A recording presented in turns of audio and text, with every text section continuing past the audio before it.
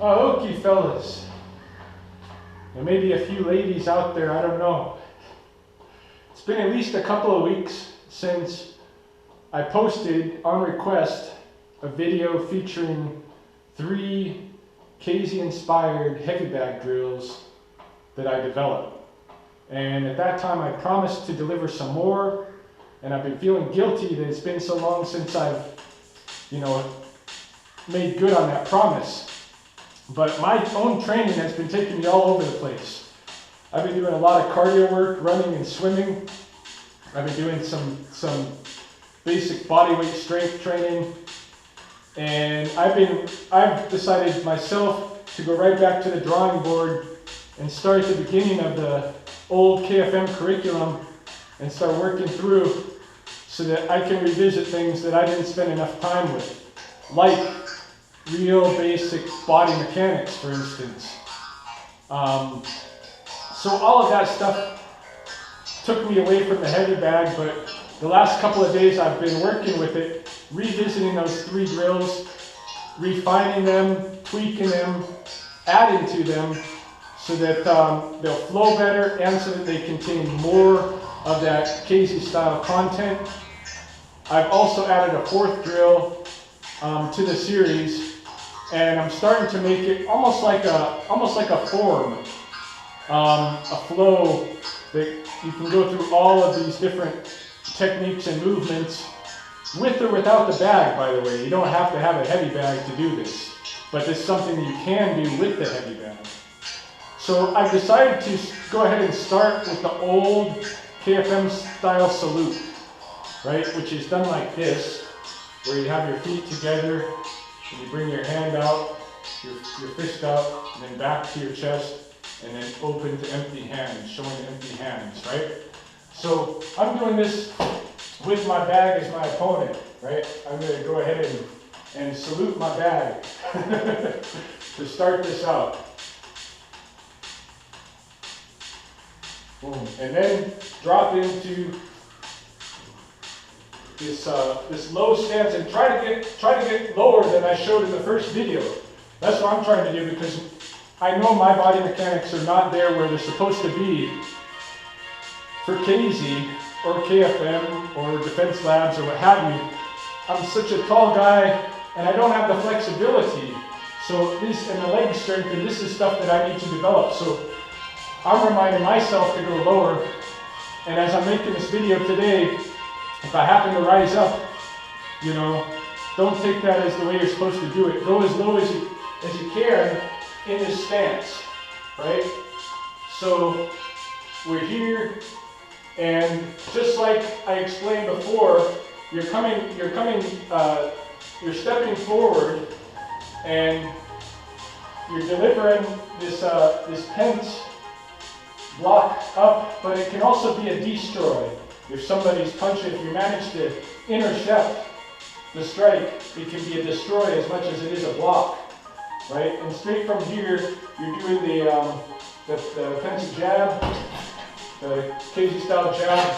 I really prefer to just do a regular jab.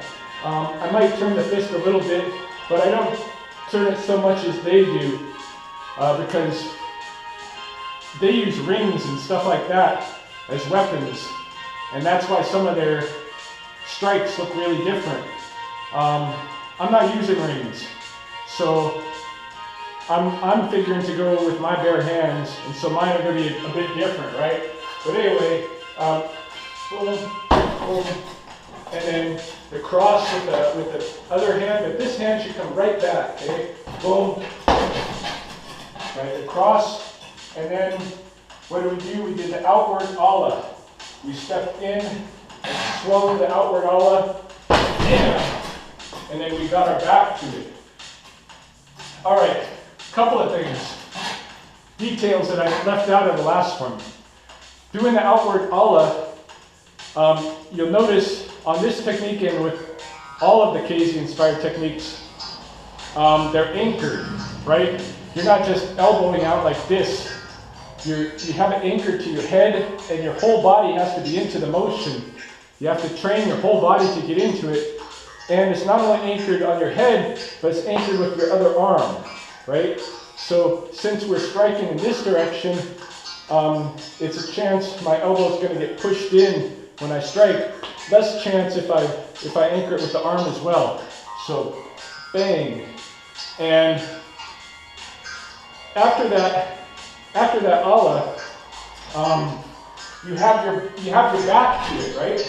So from here, like basically you're putting the pressure on this opponent that you just ala'd, and by keeping that pressure on him, it's keeping him from being, able to do much to you. From here though, you need to actually pretend like you do have other opponents coming in at you. That's the whole reason for putting your back to this guy, right? So from here I want to do a, pretend like I'm getting like low kicked or low punched, whichever, but come down like this to block and or, again, destroy that strike. Boom, come back, bang, bang, couple of punches, right? Jab and a cross. So block, jab, cross, and then by that time this guy's starting to get his wits back. So what I want to do is I want to repeat that outward ala, but with the other hand, and stomp him at the same time. Right? And then come this way toward another opponent. But I don't know if I'm getting too much at one time. Let's repeat that little part first before I move into the next little tweak that I've made. So you do your salute. You drop down into the ready position. You tense up, jab, reverse, ala, get your back to it. Deal with these other guys, down, punch, punch, and then I want to step out and stomp him. Stomp him and stomp his foot at the same time, outward ala again. Now you're going this way. You're dealing with somebody over here. Do a couple of strikes, boom, boom, and then look behind you. This is a basic, you're trying to keep a 360-degree awareness of all the potential opponents, right? So, in the Keysi, KFM, Defense Lab, all the derivatives, the idea is that a lot of times when you get attacked in a real situation, it's not one-on-one, it's you on several. And I know this to be true because it actually happened to me one time when I was younger. I was about 19 years old, 20 years old in the military. I got jumped by a group. And that's how it happens. So you're out here, you can see right from where you are, your field of vision through the different windows of your pencil, or if you got it up, is only this much range. So you don't know what's going on over here unless you turn to look. So you keep your front foot planted, that back foot, the heel picks up, and you turn to look. And then you come back here, and you can turn again to look this way, and you notice, oh, you got an opponent again over here.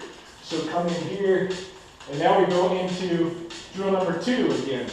So drill number 2 is like drill number 1. You come up with that tense block / destroy, and then you step to the side, chamber, and slap.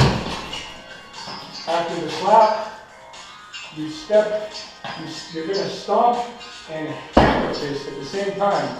And again, the idea here is that your opponent has his guard up. Or he has his guard up. He's just been slapped. But he's knocked, but he's still got that guard up. So you're going to hammer fist his guard down. Right? So you slap him, boom, hammer fist that guard down. And as soon as that guard is out, step in with this, and you're going to bicep. Hit him with the bicep. Right? Boom.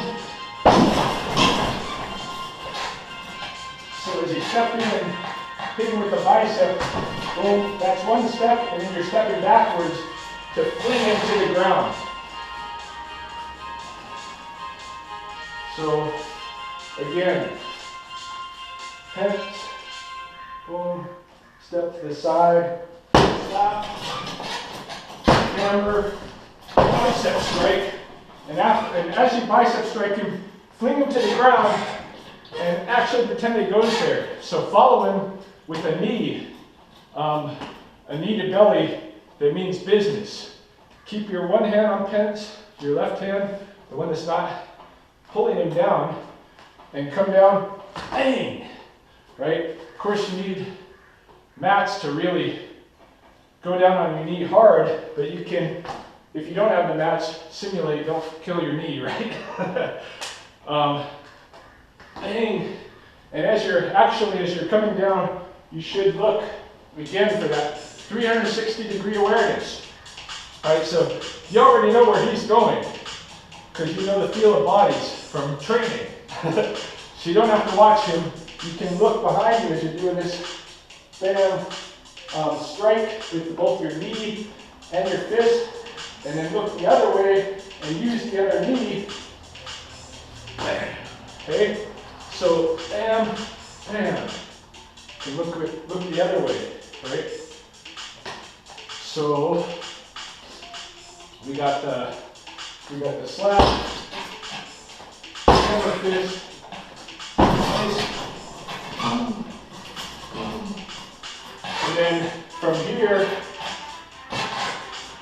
and that right there is pretty brutal. Like I'm gonna grab the training dummy so I can show you what that is.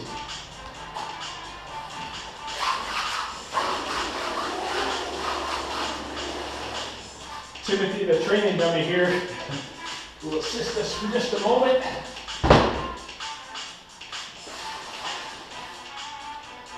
So I've just taken this guy, thrown him down, flung him to the ground, and now I'm going to go bang, right? Bang. And at the same time, see, I'm still looking down at him too. I shouldn't be. Bang. I should be looking over here, and then the next step, I'm going to change knees, but this knee will go right on his head.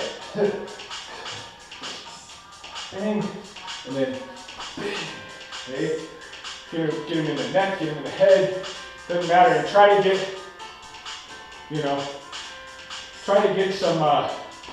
some pump in that knee too. Use your whole, you can just practice this drill if you got something to work on.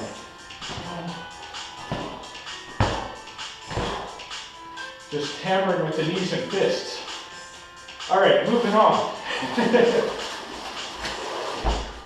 So, throw him down, bang, bang. Now you want to come out here again. Make sure you got this covered, and then come back this way, right into drill number 3. So drill number 3, we were coming up close, so you can take a step in, and then you're attacked in a way that forces you to do kind of a straight pence and slide step back, right? Boom. And then from here, you're going right to that loading. They call this loading, what I sometimes refer to as chambering. Load, cross punch, move or step to the side, hook, which is another one of the basic punches. Hook, and again, I've got to remember to try to stay low. Hook, and then we did an inward ala. So we stepped in, stomped, do an inward ala. Now the inward ala, again, like the outward, the inward is anchored both on your head, so you got to learn to move your whole body with it, and it's anchored with your hand. But because we're coming in this way, the force is going to be driving your arm that way, right? So you want to anchor it somehow so it doesn't get pulled back like this.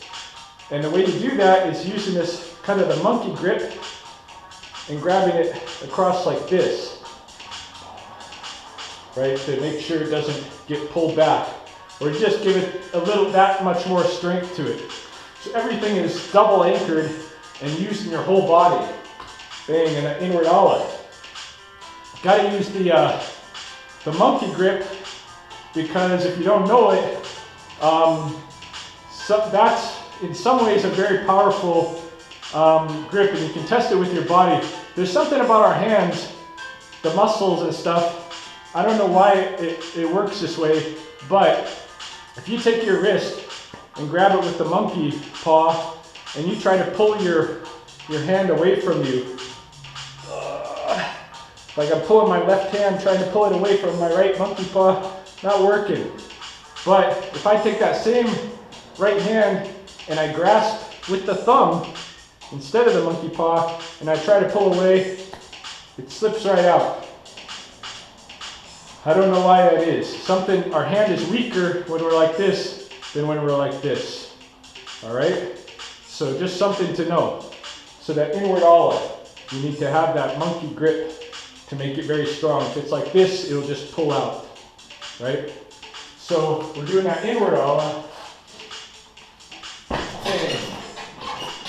And after that inward ala, I believe we turned around like this, right? In that drill number 3. Did the inward ala, then we turned like this. And from here, I want to try that looking back behind me again, this way. Right, so I can see everything. Boom. Or wait a minute. Let me go back to drill number 1 and make sure I'm not getting confused at how we're supposed to be looking. So after doing this, boom, boom, boom, boom, looking behind. Okay, yeah. So we looked over our right shoulder before. So this time, doing the inward ala and maybe step back with the left.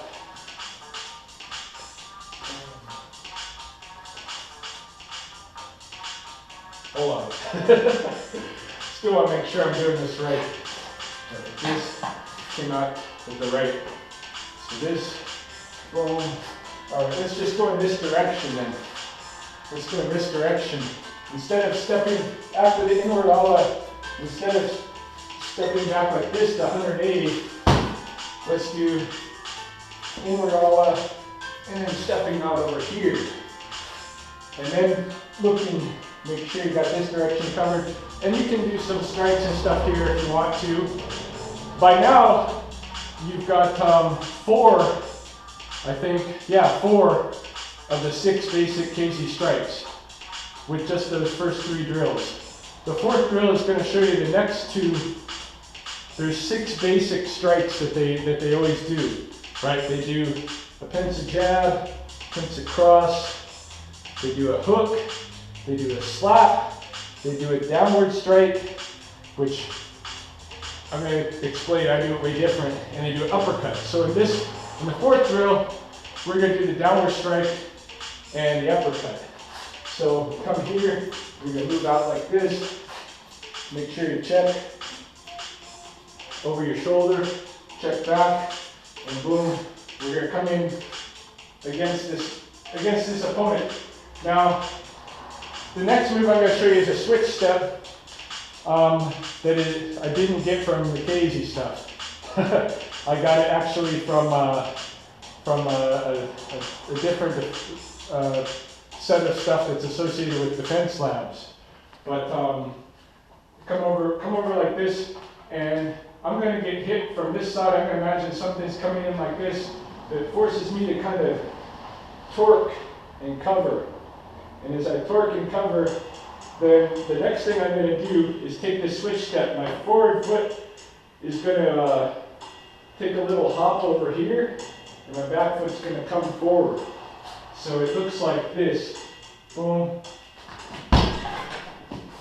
And what I'm going to do is the downward strike, but I'm going to do it the way I do it, which is more like an overhand strike, more like I would say like a Troy Le Fut style strike. In Troy Le Fut, you know, they do a lot of this, eh? Coming down with double hands. But if you just play with this, movement, you'll see that it's very strong, that Choi Li Fut style overhand strike, because your body does get into it. There's a lot of inertia there. So that's the kind of overhand that I want to use, rather than I don't even know exactly how the Keysi guys do theirs. I just know it's kind of funky, and it's funky because they're using those rings again. They got these rings, like they got this one ring that looks like a bird's beak. It's really vicious looking. It's called the equalizer. They got these other rings, like, yikes, you know. I don't wear rings, and right now I don't think I'm going to get into that. I don't know, that may change in the future. I may be like trying to find Keysi rings, but I really don't imagine myself wearing those rings or carrying them around. So I'm training to be empty-handed, or at the very most like having a knife or something like that, but not the rings. Anyway, so I'm going to do my overhand more like the Choi Li Fut style. You'll have to look at some other resource if you want to learn the Keysi style overhand. So yeah, I've come in like this. I have the torque, the cover, boom, and then I'm moving off, cutting an angle on him basically with the switch step, coming down with that overhand, and then right away I want to move in with the uppercut with my other hand.